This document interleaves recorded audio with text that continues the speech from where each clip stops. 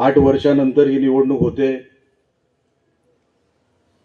सन्मान्य संजयजी पडते साहेब आहेत, खाली पंचायत समितीला सौ नाईक आहेत, तिकडे एकीकडे भारतीय जनता पक्षाचे उमेदवार आहेत। एकंदरीत परिस्थिती जर तुम्ही मतदारसंघाची किंवा जिल्ह्याची बघितली तर सामंत साहेब सगळीकडे महायुतीचे उमेदवार निवडून येतील अशी एक परिस्थिती अख्ख्या जिल्ह्यामध्ये आहे। रेकॉर्ड होऊ शकतं अशी परिस्थिती आपल्या जिल्ह्यात आहे। संजयजी पडते साहेब, आपण या निवडणुकीत उतरलात। आपण अगोदर वेगळीकडे होतात, नंतर मग आमच्याकडे आलात आणि तेव्हाच मी तुम्हाला शब्द दिलं होतं की साहेब रिझर्वेशन काय पडतं मला माहित नाही, पण रिझर्वेशन जर तुमच्या मताचं पडलं तर 100% आमचे उमेदवार म्हणून तुम्हीच रिंगणात उतरणार आहात। आमच्या देवेन नाईकचं जरा युतीमुळे गडबड झाली, पण त्याला मी शब्द दिलाय, तू काय काळजी करू नको, योग्य तो मान सन्मान सगळा तुला दिला जाईल। आणि अशी ही निवडणूक इकडे आज होते। विकासाच्या विषयावर आम्ही ही निवडणूक लढतोय। कोणावरही मी निवडणूक अगोदर तेव्हाही कोणावर टीका केली नव्हती, टीका करायची तशी काही गरजच नाही। राजा प्रभू असतील, सन्मान्य दत्ता सामंत साहेब असतील, विकासामध्ये आपण नेरूरमध्ये काय करू शकलो तेवढी फक्त यादी आपल्या समोर मी वाचणार आहे। ज्याची प्रशासकीय मान्यता ज्या कामांची निघालेली आहे अशीच कामं मी तुमच्या समोर वाचणार आहे। नेरूर जिल्हा परिषद या एका जिल्हा परिषदेमध्ये निघालेली प्रशासकीय मान्यता आणि त्या निघालेल्या प्रशासकीय मान्यताची रक्कम 9,90,00,000 आहे। ते कामाचा उल्लेख ही यादी नंतर मी पत्रकारांनाही देईन, नाहीतर पंचनामा करायची त्यांना सवय आहेच। कवटी देऊळवाडी ते अन्नशांतवाडी डांबरीकरण व खडीकरण 5 लाख, 25 कामं आहेत, 2 मिनिटात होतील। चेंदवन घाडीवाडी रस्ता खडीकरण डांबरीकरण 5 लाख, नेरूर साहेबा टेम सुधाकर घराजवळ रस्ता वगैरे 5 लाख, नेरूर कविळगाव 5 लाख, नेरूर वाघोसेवाडी ते कॉन्क्रिटीकरण 3 लाख, नेरूर समतानगर 5 लाख, नेरूर दत्तनगर 5 लाख, श्रीदेव कलेश्वर मंदिर नेरूर येथे जलशुद्धीकरण मशीन बसवणे 10 लाख, वालावल वरची देऊळवाडी रस्ता खडीकरण करणे 8 लाख, वालावल हनुमान मंदिर मुख्य रस्ता वगैरे वगैरे खडीकरण डांबरीकरण 5 लाख, वालावल येथे ट्रान्सफॉर्मर बसवणे, आकरचा पूल तिथे 7 लाख, चेंदवन ट्रान्सफॉर्मर बसवणे वेलवाडी इकडे 7 लाख, चेंदवन माऊली मंदिर वगैरे वगैरे बांधकाम करणं 9.99 लाख, वालावल रेवटीवाडी डांबरीकरण 2.99 लाख, वालावल श्रीदेव महालक्ष्मी मंदिर ते महापुरुष मंदिर 4.99 लाख, वालावल हनुमान मंदिर मुख्य रस्ता ते चव्हाणवाडी रस्ता खडीकरण व डांबरीकरण 7.99 लाख, चेंदवण मळेवाडी येथे बंधारा बांधणे 2.5 कोटी, वालावल लक्ष्मी मंदिर परिसर सुशोभीकरण करणे 25 लाख, सरंबळ बागवाडी येथे संरक्षण भिंत बांधणे 1.5 कोटी, चेंदवन खारीचा बांध येथील बंधारा बांधणे 2.5 कोटी रुपये, नेरूर येथे आपत्ती व्यवस्थापन केंद्र उभारणे 1 कोटी रुपये, चेंदवण येथे आपत्ती व्यवस्थापन उभारणे 1 कोटी रुपये, वालावल तलाठी कार्यालय इमारत बांधकाम करणे 10 लाख रुपये, असे हे सगळे मिळून 9,90,00,000 रुपये नेरूर या जिल्हा परिषदच्या हद्दीमध्ये आपण प्रशासकीय मान्यता ज्या कामांना आलेली आहे त्याच कामांचा उल्लेख मी इथे केला। इतर कुठलाही कामाचा उल्लेख मी केलेला नाही। आता आपण जी मला यादी नवीन द्याल ती यादी आपण पुढच्या टप्प्यामध्ये 100% घेणार, त्याच्यामध्ये कुठेही तडजोड होणार नाही, एवढे या व्यासपीठावरून सांगतो। कारण का आमचा राजा प्रभू असतो तो 1-0 वाढूनच सांगतो. जसं आता 25चे 50 केले, माझ्याकडे 5 कोटीचे 10 कोटी पण करू शकतो तो. म्हणून मला त्याच्या कामाचा अनुभव आहे आणि पोटतिडकीने काम करणारी ही सगळी लोक आहेत. वर्षोनवर्ष राणे साहेबांबरोबर काम करणारी लोक आहेत. त्यांच्यासाठी काहीतरी करणं हे माझं भाग्य मी समजतो आणि म्हणून कुठेही सामंत साहेबांचा शब्द पडता कामा नाही या उद्देशाने मी कामाला लागलेलो आहे. कुठेही राजकारण करणं हा भाग नाही. जसा उल्लेख आता कोणीतरी व्यासपीठावरून केला, कुठल्या तरी गावामध्ये आपली ग्रामपंचायत नाही म्हणून मी निधी देणार नाही, हे पूर्वीचे दिवस आता संपले. इथे आमदार आता निलेश राणे आहे. सगळ्यांना न्याय मिळणार, कुठेही कोण वंचित राहणार नाही. कुठलीही वाडी माझ्याकडे नाही म्हणून मी वंचित ठेवणार नाही. जसं राजा प्रभू 10 वर्ष वंचित राहिले तसं आता ह्या मतदारसंघात कुठलीच वाडी कुठलंच गाव वंचित राहणार नाही, एवढं या व्यासपीठावरून सांगतो. आमच्या उमेदवाराला, आमच्या सगळ्या उमेदवारांना आपण निवडून द्यावं ही विनंती करतो. कारण का समोर मला वाटतं कुठलाच पक्ष नाही, उमेदवार कुठल्या पक्षाचा आहे माहीत नाही, तो स्वतः कुठे उभा आहे माहीत नाही, तो उद्या कुठे जाईल तेही माहीत नाही, तो निवडून आल्यानंतर करेल काय हेही माहीत नाही, निवडणुकीला पैसे देणार कोण हेही माहीत नाही, तो सगळ्यांकडून पैसे घेणार एवढं त्याला माहिती आहे. कारण का पडते साहेब, कॉन्टॅक्ट होतो ना, मी फॉर्म भरलाय तुझपासून, अरे तू भरला कशाला, मग नाही भरायचा. नाही पण कुठेतरी भरलं पाहिजे, नाहीतर मग कुठेतरी मीटर चालणार नाही. विचार करा, एकीकडे पडते साहेबांसारखा अनुभवी एक उमेदवार आहे, त्यांच्या मागे आम्ही सगळे उभे आहोत. भारतीय जनता पक्ष उभी आहे, आमची शिवसेना उभी आहे, राष्ट्रवादी आहे, सगळ्या पार्टींचा पाठिंबा त्यांना आहे. आणि समोर जो उमेदवार आहे त्यांना नेमका पाठिंबा कोणाचा आहे हे ते उघड सांगूच शकत नाही. त्यांनी जर सांगितलं तर ते संध्याकाळी आम्हाला फोनच करू शकत नाही. आता विनायक राऊत कदाचित तिकडे आलेत, मला असं कळलंय, बरोबर आहे ना, त्यांच्या प्रचारासाठी आलेत. मला माहिती आहे ते संध्याकाळी मला फोन करून काय सांगणार पडते साहेब, साहेब मी बोलवलं नव्हतं, स्वतःहून आले ते. तुमचा शिष्य होता का तो? होता ना, म्हणजे पूर्वी होता ना, म्हणजे शिष्य आता तपासून घ्या तुम्ही साहेब. असा शिष्य चालेल कधी पण, तसा शिष्य नाही चालणार. म्हणजे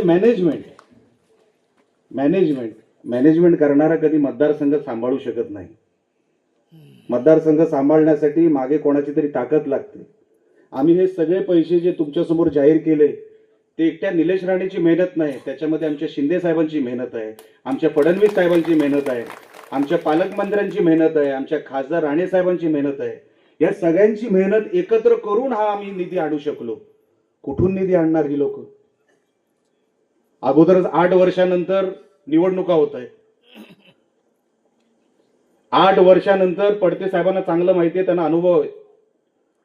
प्रशासनाकडे 8 वर्ष जिल्हा परिषद होती, म्हणजे त्या तिजोरीत आता काय राहिलंय तिथपासून आता सुरुवात करावं लागेल. जिल्हा परिषद संस्था ही काय लहान संस्था समजू नका. आमचा जो आमदार निधी असतो ना, आम्हाला जो खर्च पाडायचा असतो, आम्हाला जो खर्च द्यायचा असतो तो डीपीओ कडे द्यायचा असतो. डीपीओ वर्ग करतो कुठे? जिल्हा परिषदेला. आम्हाला 2 वर्षाची मुदत नाही खर्च करायची, जिल्हा परिषदेला 2 वर्षाची मुदत आहे. एवढी महत्वाची संस्था कोणालाही तिथे जाऊन समजणार नाही. तिथे बसलं फक्त मी कुठेतरी निवडून आलो म्हणून मला तिकडे प्रशासन कळेल, एवढं सोपं नसतं जिल्हा परिषद मध्ये.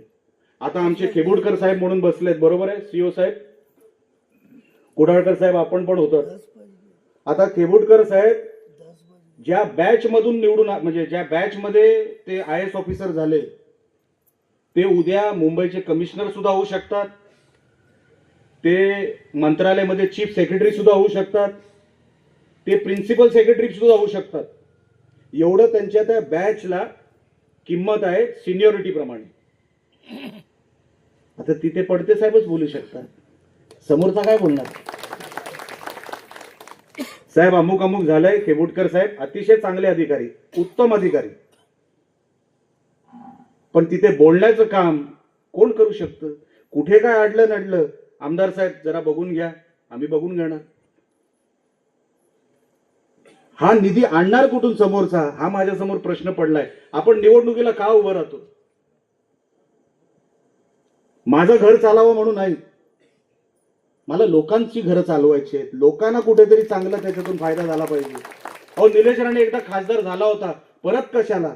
नाही, मला या लोकांचे ऋण फेडायचे, ज्यांनी माझ्या वडिलांना मुख्यमंत्री केलं, ज्यांनी माझ्या भावाला मंत्री केलं, ज्यांनी मला आमदार खासदार केलं, त्या लोकांचे ऋण नाही फेडायचे तर मग कोणाचे फेडायचे? म्हणून आम्ही निवडणुकीत उतरलो. मला माझं घर चालवायला, मला निवडणुकीत उतरायचं आहे, ही भावनाच कुठेतरी संपली पाहिजे. आणि ती भावना जर संपवायची असेल, तो विषय जर संपवायचा असेल तर पडते साहेब निवडून आले पाहिजे. कोणाला तरी घर चालवण्यासाठी ती जिल्हा परिषद नाही, कोणाचा उदरनिर्वाह म्हणून ती जिल्हा परिषद नाही. आपण कोण आहे, मी कोणाच्या बाजूने उभा आहे सांगणारा कोणतरी पुरुष पाहिजे किंवा महिला पाहिजे, की मी अमुक अमुक पक्षाचा आहे, मी अपक्ष आहे, मी सगळ्यांचा आहे, एवढं तरी सांगून टाक.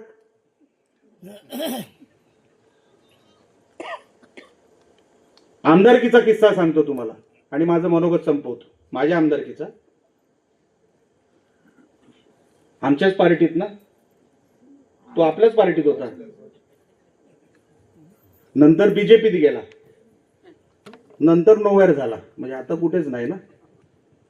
तर जेव्हा माझ्या पार्टीत होता, आमच्या पार्टीत होता, तेव्हा सामंत साहेब काय होतं, सामंत साहेब एकदा कामाला सुरुवात झाले की ते कुठेच थांबत नाही, मग ते आम्हालाही थांबत नाही. मग आम्ही शोधतो सामंत साहेब कुठेच, बघा आपल्याला तिकडे जावं लागेल, एवढं त्यांच्या कामाला स्पीड आहे. आता ह्यांच्या स्पीड समोर तो टिकला नाही. मग आमच्या अगोदर शिवसेनेत गेला होता, म्हणून गेला रत्नागिरीला. साहेब माझं काहीतरी बघून घ्या, ह्यांची स्पीड खूप आहे, मी कुठे काय करायचं, माझं काय, माझं काय म्हणजे कळलं ना, माझं काय. मग तिकडे आमचे सामंत साहेब आहेत, त्यांनी समजून सांगितलं, नाही नाही तुला निलेश राणे आणि दत्ता सामंत बरोबर काम करावं लागेल, तू काय आता गडबड करू नको. तरी काय नाही, तरी दुकान बंद.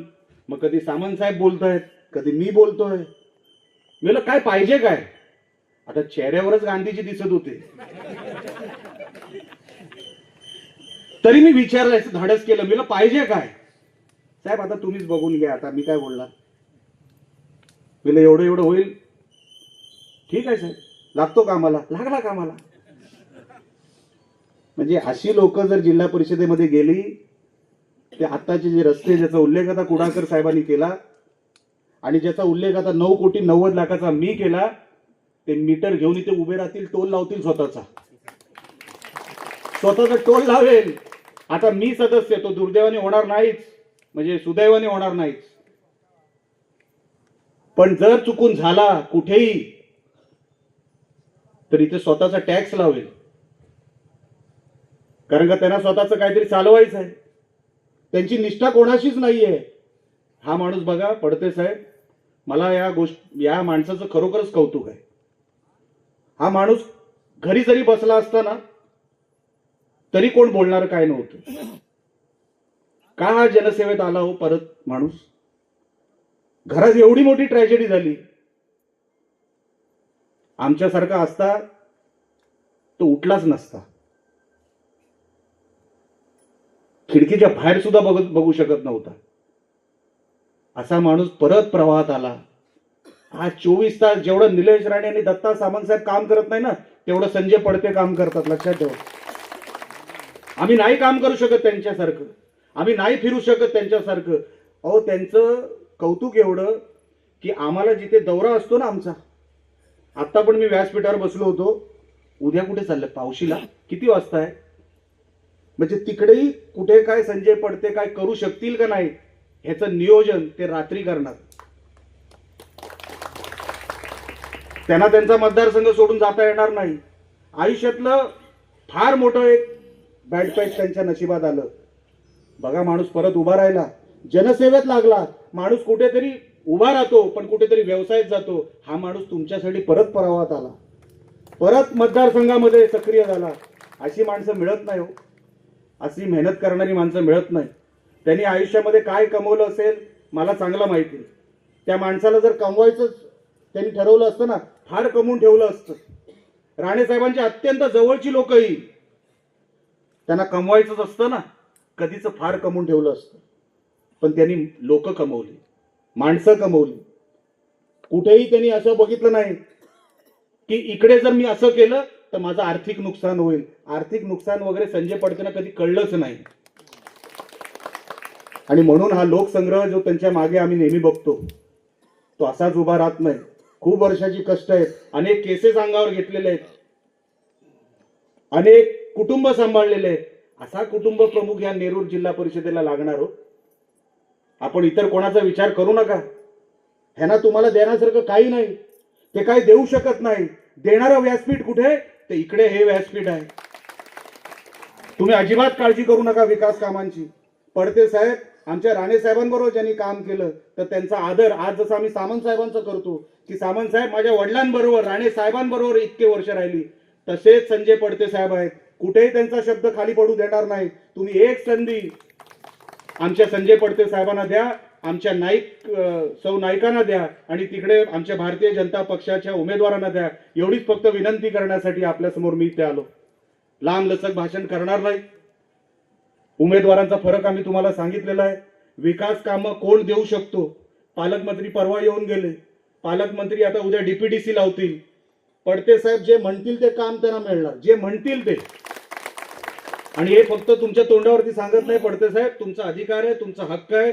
तुम्ही तसे राहिलात, लोकांमध्ये राहिलात, तो आदर आम्हाला तुमच्याबद्दल आहे. म्हणून आम्हाला ते करावं लागणार आणि आम्ही ते करणार. मी मनापासून तुम्हाला शुभेच्छा देतो. सगळ्या आमच्या उमेदवारांना शुभेच्छा देतो. आपण येणाऱ्या 7 तारखेला आमच्या सगळ्या महायुतीच्या उमेदवारांना भरघोस मताने आपण निवडून द्या. अटीतटीमध्ये मजा नाही येणार. पडते साहेब हजारोंच्या संख्येने निवडून आले, आमचे पंचायत समितीला हजारोच्या मताने निवडून आले, तर आम्हालाही काम करायला ऊर्जा येते. बघा ह्या लोकांनी आपल्याला साथ दिली, ह्या लोकांचा शब्द कुठे पडता कामा नये. म्हणून तुम्ही आम्हाला मतदान करा, एवढी फक्त विनंती करतो. इथेच थांबतो. जय हिंद, जय महाराष्ट्र.